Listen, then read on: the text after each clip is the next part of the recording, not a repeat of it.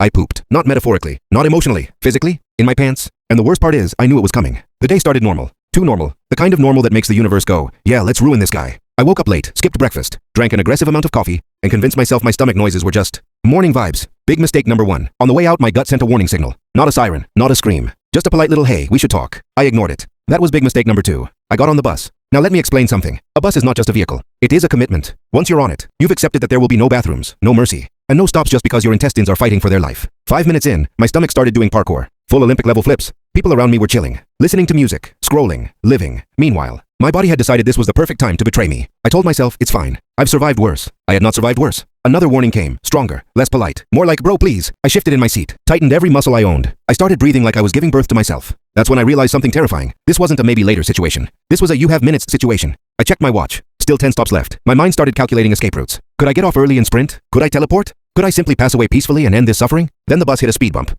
and my body made a decision without consulting me. I felt it. The exact moment. The irreversible moment. The moment every human fears but never prepares for. I had officially lost the war. My soul left my body for half a second, came back and immediately regretted it. I froze. Full system shut down. I didn't move. I didn't breathe. I just sat there, staring straight ahead, hoping reality would crash and reboot. But reality didn't crash. The smell loaded in, and that's when I realized this was only the beginning. The worst thing about pooping your pants isn't the act itself. It's the realization that time keeps moving after it happens. The bus didn't stop. People didn't disappear. Life just continued. I stayed completely still. No shifting. No adjusting. Not even blinking. I convinced myself that if I didn't move, the universe might think I was part of the seat. Like camouflage. Like nature documentaries where the animal pretends to be a rock. My brain immediately switched to emergency mode. Okay, first question. Did anyone notice? Second question. Can anyone smell it? Third question. Is death an option right now? I slowly looked around. Everyone looked normal. Too normal. A guy was laughing at his phone. A lady was half asleep. Nobody was screaming. Nobody was pointing. This gave me hope. False hope. Dangerous hope. Then I realized something terrifying. When something smells bad, people don't react immediately. They process. I saw a guy 2 seats ahead wrinkle his nose slightly.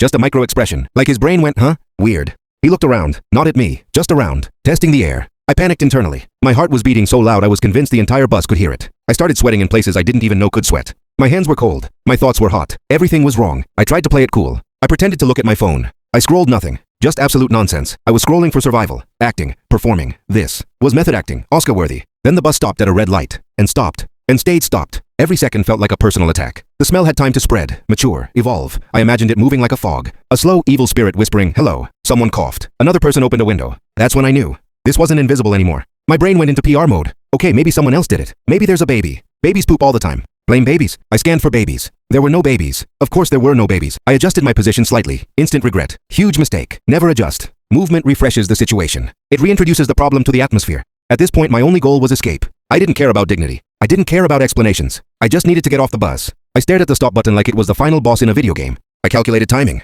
Too early and people would look. Too late and I might emotionally collapse. One more stop. One more minute. I can do this. Humans have survived worse things. Probably. The bus slowed down. Doors opened, and as I stood up, I realized another horrible truth. Standing up makes it worse. Standing up was a mistake. The kind of mistake you realize the second it happens, but can never undo. The moment I lifted myself from the seat, my body reminded me very clearly that gravity exists. My confidence dropped instantly. I froze for half a second, pretending to adjust my bag, hoping nobody noticed the sudden panic in my posture. I told myself to walk normal. People who poop their pants don't walk normal. They walk like their legs are arguing with each other. I started moving toward the door, step by careful step, praying nothing leaked, shifted, or betrayed me further. Every step felt louder than the last. The bus was quiet. Too quiet. I could hear my own shoes. I felt like the main character in the worst possible movie. Just as I reached the door, someone behind me said, "Bro." My entire soul left my body. I turned slowly, like a horror movie character. He wasn't looking at my face. He was looking at the floor. Then he said, "You dropped something."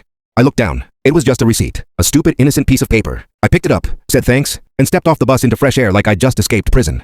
The doors closed behind me and the bus drove away, taking my dignity with it. I stood there for a second, just breathing, letting the cool air hit my face, thinking it was finally over. It was not over. The walk began. I had to get home. It was only a 10-minute walk, which normally is nothing. But in this situation, it was an endurance test. Every step needed focus. Every step was a negotiation with my own body. Halfway through, a group of people walked past me, and I caught a few confused glances. I avoided eye contact, stared straight ahead, and pretended I was very deeply thinking about life. My phone buzzed. Of course it did. It was a text asking where I was. I wanted to reply, "In hell," but instead I ignored it because moving my hands felt risky. I finally reached my building. I have never loved an entrance more in my entire life. I walked in, nodded at the security guy like nothing was wrong, and immediately regretted it because nodding counts as movement. I hit the elevator button and waited. The doors opened. Someone tried to step in. I stepped back like my life depended on it and said, "You go ahead." They gave me a weird look but went. Best decision. When the elevator finally came back empty, I stepped in alone, leaned against the wall and closed my eyes. I was so close. Home was one floor away, one floor between me and survival. That elevator ride felt longer than the entire bus journey. I stood there perfectly still like a museum statue, staring at the floor numbers as they changed at the slowest speed humanity has ever experienced. Ding, 1 floor left. My heart was racing like I was escaping a crime scene. When the doors finally opened, I walked out calmly on the outside, but internally I was sprinting. I reached my door, took out my keys, and immediately dropped them. Of course I did. When your life is falling apart, gravity joins the enemy team. I crouched down to pick them up and instantly realized crouching was illegal in my current condition. I froze halfway down, stood back up like nothing happened, and slowly bent my knees again like I was defusing a bomb. I grabbed the keys, unlocked the door, and stepped inside. The second the door closed, everything collapsed. The tension, the fear, the pretending. I kicked my shoes off like they personally betrayed me and speed walked to the bathroom with the focus of an Olympic athlete. I don't think my brain was even involved anymore. Pure muscle memory took over. I reached the toilet, turned around, and in one smooth motion removed my pants like they were on fire. I sat down and just stared at the wall for a few seconds, processing how my life ended and restarted in the same afternoon. I checked the damage. Confirmed. No denying it. This was real. I closed my eyes and whispered, "Why me?" even though I already knew the answer was coffee.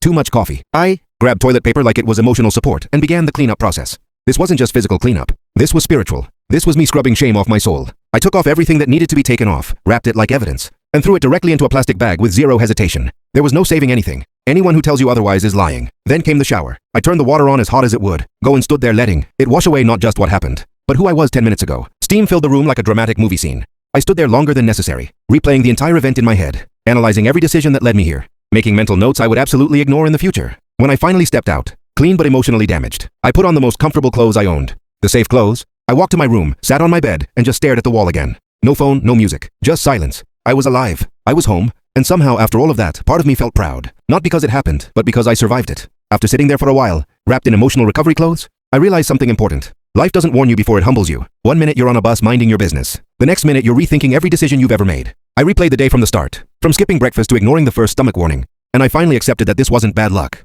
This was consequences. Consequences with a smell. I checked my phone and saw missed texts asking where I'd disappeared to. I considered telling the truth, then decided some information is better left as a personal character development arc. I deleted the receipt from my pocket, the only surviving witness of the incident, and promised myself I would never drink coffee on an empty stomach again. That promise lasted about 3 days. What really stuck with me though, was how fast confidence can disappear, and how fast it can come back once you're safe. Earlier that day, standing on the bus, I had felt like the main character in a tragedy. Now I was just a guy in clean clothes, alive, breathing, and slightly wiser. I laughed.